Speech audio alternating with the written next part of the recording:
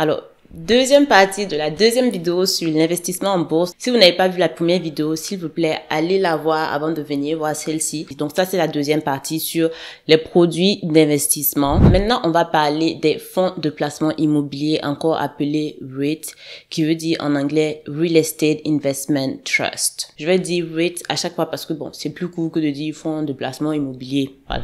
Je préfère dire REIT. Donc, à chaque fois que je dis REIT, vous savez que je parle des fonds de placement immobilier. Donc, un REIT, c'est quoi exactement? Il faut voir un REIT comme une société spécialement mise en place et dédiée à l'achat et à la gestion d'un portefeuille d'immeubles. Et comment elle génère du revenu? C'est en mettant en location ces immeubles-là. Donc, en percevant les loyers, c'est comme ça qu'elle fait du revenu avec son portefeuille d'immeubles. Et ces sociétés-là sont cotées en bourse pour que vous et moi, on puisse acheter leurs actions. Et en tant qu'investisseur, quand tu décides d'acheter des actions ou des parts de ces types de sociétés-là en bourse, ça te donne exposition au marché de l'immobilier et ça te donne accès au loyer perçu par ces compagnies-là. Donc, c'est une façon plus facile d'accéder au marché de l'immobilier parce que, évidemment, pour acheter des actions en bourse, tu n'as pas besoin de débourser d'énormes sommes. Alors que si tu devais aller t'acheter un immeuble, vous savez que la mise de fonds initiale pour acheter un immeuble est très élevée. Donc, vous l'aurez compris, un REIT, ça se transige sur le marché boursier comme, comme une action ordinaire. Une particularité des REIT, c'est que une bonne partie des revenus locatifs doivent être reversés aux investisseurs en tant que dividendes.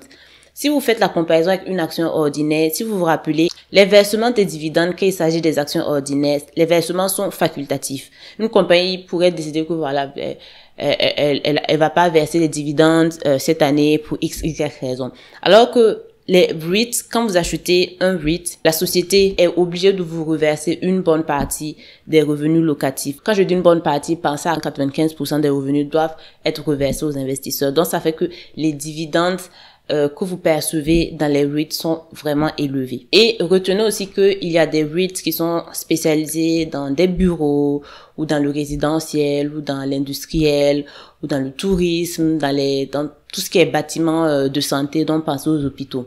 Et donc, les avantages d'investir dans un REIT sont multiples. Déjà, la liquidité, parce que, comme j'ai dit tantôt, un REIT s'échange sur la bourse comme une action ordinaire.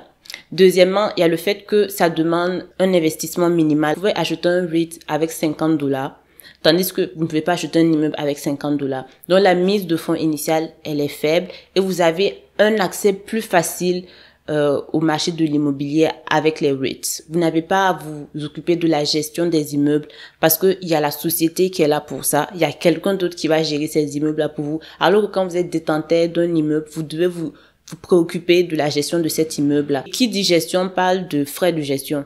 Donc, vous n'avez pas à encourir toutes ces choses-là. Donc, ceux qui veulent avoir une exposition au marché de l'immobilier, vous pouvez acheter des REITs pour avoir une exposition au marché de l'immobilier et vous n'allez pas encourir tous les inconvénients ou toutes les charges qui viennent avec le fait de détenir un immeuble physique. Maintenant, je vais passer au CPG. CPG, ça veut dire certificat de placement garanti. Okay? Selon RBC, qui est la plus grosse banque au Canada, un CPG est un placement à revenu fixe sûr qui garantit la totalité de votre placement initial tout en produisant des intérêts selon un taux fixe ou variable ou selon une formule préétablie. En termes plus simples, un CPG, c'est un produit d'investissement qui te garantit un certain revenu à l'échéance de ce placement-là. Donc, quand tu achètes les CPG de l'entité émettrice, en général, c'est les banques. La banque te dit, OK, si tu achètes un certificat de placement garanti d'une valeur de $1000, au bout d'une année, on te donne 3,4%.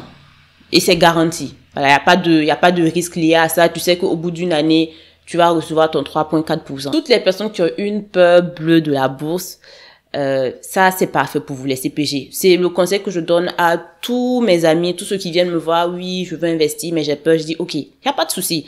Je comprends que tu aies peur d'investir ton argent, mais le minimum que tu puisses faire, tu peux au moins acheter des CPG. Là, il n'y a pas de risque.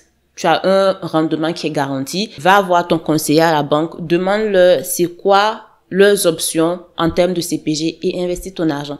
Tout est mieux que de laisser son argent dans son compte bancaire.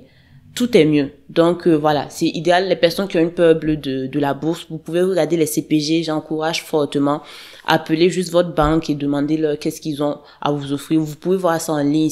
L'information est facilement accessible. Et dans le même ordre d'idée, vous avez certaines fintech ou certaines banques digitales qui offrent des comptes d'épargne à haut taux d'intérêt. C'est les comptes d'épargne qui offrent des taux d'intérêt plus élevés que ce qu'offrent les comptes d'épargne dans les banques classiques. Alors, on va terminer la vidéo avec les fonds mutuels, ok?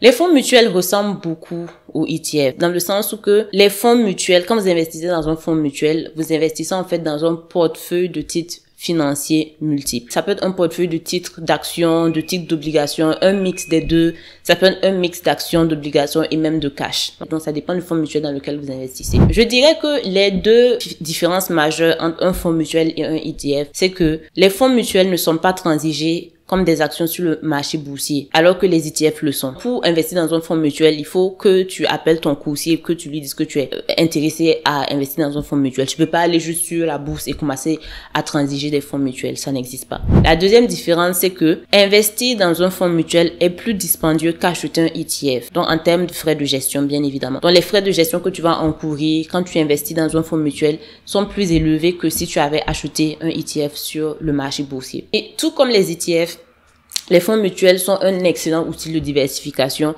tout simplement parce que quand vous investissez dans un fonds mutuel, vous avez accès à un groupe de compagnies, donc vous avez accès à plusieurs compagnies en une fois. C'est tout pour cette vidéo, ok? J'espère que vous avez appris, j'espère que vous avez aimé. N'hésitez pas à mettre vos commentaires ou vos questions en commentaire. J'ai l'impression de me répéter.